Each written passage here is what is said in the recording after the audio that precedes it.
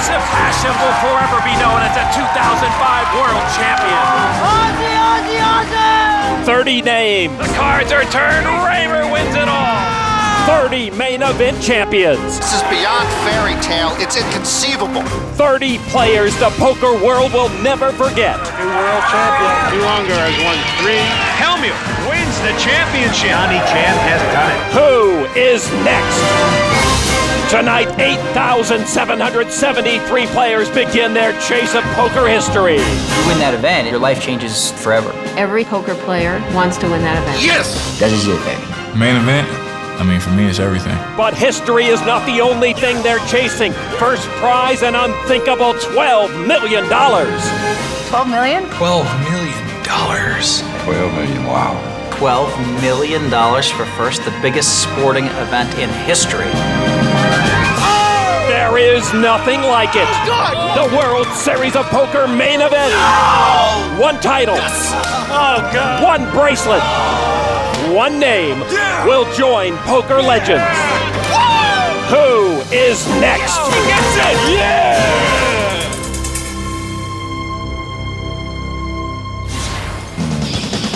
This is the main event. Welcome to the 2006 World Series of Poker presented by Milwaukee's Best Light. This event just keeps on growing. Showtime. An amazing field of 8,773 players are set to compete for the unbelievable top prize of $12 million. All you can eat, baby. Among this enormous field are such top pros as Phil Ivey, Chris Ferguson, and Howard Lederer. Also some familiar faces from final tables of main events past like Andrew Black and David Williams. But all of these players defer to this man, poker legend and two-time main event winner Doyle Brunson, who is, as usual, arriving to much fanfare. Hello, everyone. I'm Lon McCarron, along with Norman Chad. Just when you thought this event could not get any bigger than last year's field of 5,600, this year we have 3,000 more entrants. So, Norman, the question is, with a staggering number of people, can anyone realistically think they have a chance to win? Oh, sure. Phil Ivey. I don't care if there are 25,000 entrants. Phil Ivey can win, should win, and better win. Then there's my other favorite Phil, the poker brat himself, Phil Hellmuth. As usual, he thinks his best shot to win is by not even being here. And when Phil does manage to find the Rio, he will be landing right here at our featured table, seated right across from the dealer. You know, Lon, when Phil's seat is empty, I feel empty. Of course, I guess Phil's tradition is he won't be here till midday. I mean, I get to play his cards, they said, too. Well, we know one character is not here, but there are plenty of them out in the field. People like to show up in any number of get-ups to attract attention, and that's one of the great things about this tournament, that you never know what kind of character you'll meet or sit next to. There's actor Brad Garrett with Men the Master. I pick up men, I thank the Academy. Oh, man. This is like Woodstock indoors, Lon. A mix of humanity shows up. Great thing is you come in off the street and you can play someone like Phil Ivey. You can even get your cap autographed by him and then try to bust him. That doesn't happen in boxing. That is Michael Sugg, who got Ivey's autograph before they got involved in this hand. As we're about to go to the turn, Ivey with pocket aces against Sugg's pocket tens. He doesn't need a card protector against Ivey. He needs a chip protector, Lon. All right, Phil Ivey now is going to push, puts the remainder of his chips in the pot. Wow, this is pretty early for Phil Ivey to go all in. If he's going home, Lon, I'm going with him. Sugg and autograph, thinking about whether he wants to make the call. Indeed, he does. Phil Ivey shows him the aces, and Sugg will sheepishly turn over his tens. With a 10 on the river, Sugg can send Ivey home. Now the river card is a 3 of hearts, and Ivey survives an early all-in. So a bit of a dicey moment for this 5-time bracelet winner. Now we're all in trouble. They should be in trouble. Ivey finished 23rd here in 2002, 10th in 2003, and he finished 20th last year. So Phil Ivey has left his mark on Michael Sugg in more ways than one. Sugg seems pretty darn happy to hand his chips over to Phil Ivey. The blinds are at 25 and 50. Everyone in the main event starts with 10,000 chips. Still no sign of Phil Hellmuth. But I get goosebumps just anticipating his arrival, Lon. There's Randy Jensen. His tradition is never making it past day one.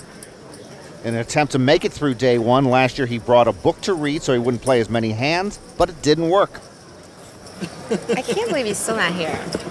And Hellmuth being blinded off right now as he is in the big blind. Is that really true? You never lasted longer than an hour? Last year I did because I didn't play. Oh. I went out in the first 15 minutes 3 times. Yeah, no. Wow.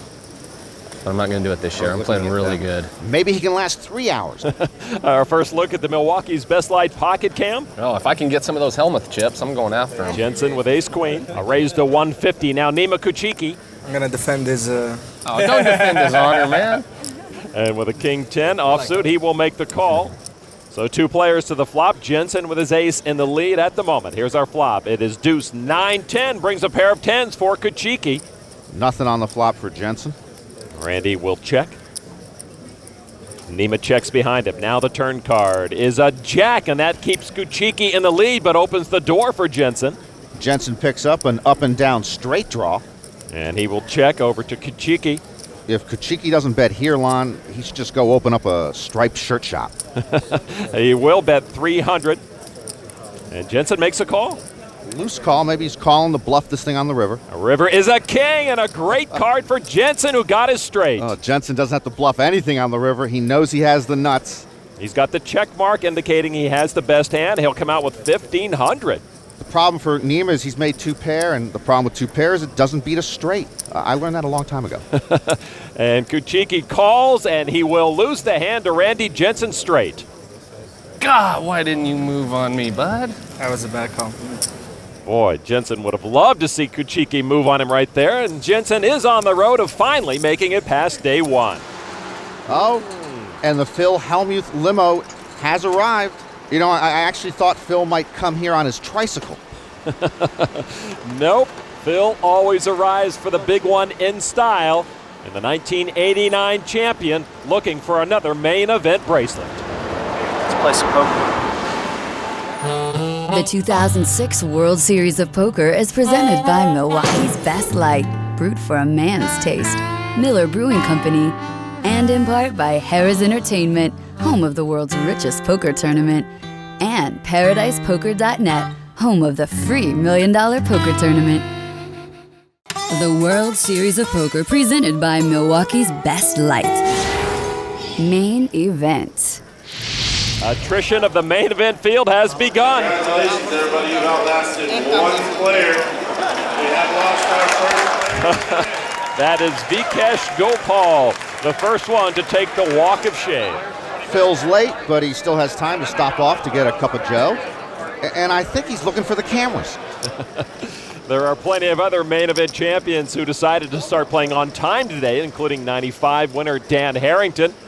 Harrington still waiting for the cards to come his way, playing just across from the 2001 champ Carlos Mortensen. Carlos, the last pro to win the big one 5 years ago. And not far from him is 2-time champ Doyle Brunson. You think Doyle ever gets tired of looking at Queen 6 offsuit? In honor of Doyle's 30th anniversary of his first main event win, he's got a bunch of family members playing today in celebration, including his son Todd. He gets tired of looking at Queen 6 offsuit. And there is Jeff Beach, Doyle's grandson, and he is having some luck. This is like the Sheen acting dynasty. Too many Brunsons. Action in the field will continue quite busily as we get back to the featured table. Phil Hellmuth, as we saw, has arrived, and he's trying to find his way to his seat at the featured table. Oh my God, he's coming. 3 or 2? Don't tell anybody, don't tell him I touched his chips. Philly boy. Good luck today. You got a yeah, you know it, baby. A gracious Phil Hellmuth. Is Phil running for office? I mean, it's like he's looking for a reception line, so he just goes out and creates one. Well, Phil Hellmuth now ready to sit and begin play. Randy Jensen read a book last year. Looks like he's going to write one this year. Congratulations on number 10. Thank you very much. Oh, you got your 10th bracelet? Yeah, I did. He just won it before this main event. No limit hold'em. All 10 came in hold'em. Now, he's been fiddling with your chips. He keeps putting them in the pot when you weren't here, so I just... Well, somebody's got to do it. So Phil Hellmuth ready to begin quest for bracelet number 11, and the tattletale at the table, Jim Cox from Cary, North Carolina. Suited connectors, 9-7 of clubs. Raise. He's going to raise it up. 300. Makes it 3 times the big blind to 300. Now Randy Jensen. Pocket queens. A re-raise to 800. Kuchiki gets out of the way. Over to Phil Hellmuth. One jack. Ooh, 2 red jacks. Wow, Phil sets down to jacks. He's going to hit the ground running. But he's running into queens. First hand, you got all the moves already. Actually, Phil doesn't like getting involved early in a tournament. Ace jack. A raise and a re-raise ahead of him, and Phil will play. No, I got aces. I just didn't know what to do with them. You have aces? Cox now with the decision. He calls 3 to the flop. Please let him have aces. Hellmuth pocket jacks. And now our flop. Deuce, 7, 10, all spades. Great looking flop for Jensen. His pocket queens are still good, and he's picked up a spade draw. Cox will be first to act with his pair of 7s. Check. Jensen. Not going to slow down. 3,500. Wow. I knew, Randy, when you were at my table, I didn't think there's any way I could go broke on day one. When I saw you, I said there's a possibility. You might want to stay out of my pot. There's no reason. I'm going to have you beat almost every pot we play. Probably will. But you'll get involved with some hand you're not supposed to play. You got a shot to break me. You've already got me throwing away, Pocket jacks. Phil's played one hand and made one speech. He folds. Now Cox folds. No, I got you. You don't have this beat. I had pocket jacks. Look how good you play. God, I almost mucked it before the flop. You're the bestest, aren't you? I almost mucked it before the flop. I should have not let you see. I should have let God, you see one. if only I could have folded for 800 before the flop. Oh, it would have been just so above the rim. I had such a bad feeling right away. I said, he's going to raise. I saw you look down. I said, he's going to re-raise. He has like an overpair, and I'm stuck with jacks. But good lay down. Trademark Phil Hellmuth talk right there. But in another Hellmuth tradition, he told us this year that he's a changed man yet again. I have changed this year. You guys made fun of me for saying I changed last year. The guy can't even spell poker. What a crybaby. You know, I'll go off a little bit. You guys will catch it. Play it over and over and over again. At least I can laugh at myself. And I'm laughing. I'm like, who is this idiot? It's been amazing, the transition. I'm not necessarily trying to be a gentler Phil, but every time I sit down at the table, I shake everybody's hand. And it seems to have taken a little bit of that bratty edge off. I've been trying to transition for myself, just to show more class as a world champion. Old Phil with the black hat on and the sunglasses on. Well, I got my own television show and they made me take the hat and sunglasses off. And then this shirt, that kind of came off, and the next thing you know, I'm kind of looking a little bit like Elvis. The hat. The sunglasses, never shaving. I've had enough of that, man. I'm gonna shave every day. I'm gonna wear my expensive, fun clothing, and I like looking good. I've never been this comfortable in my own skin, and maybe that's why a lot of the poker brat is gone.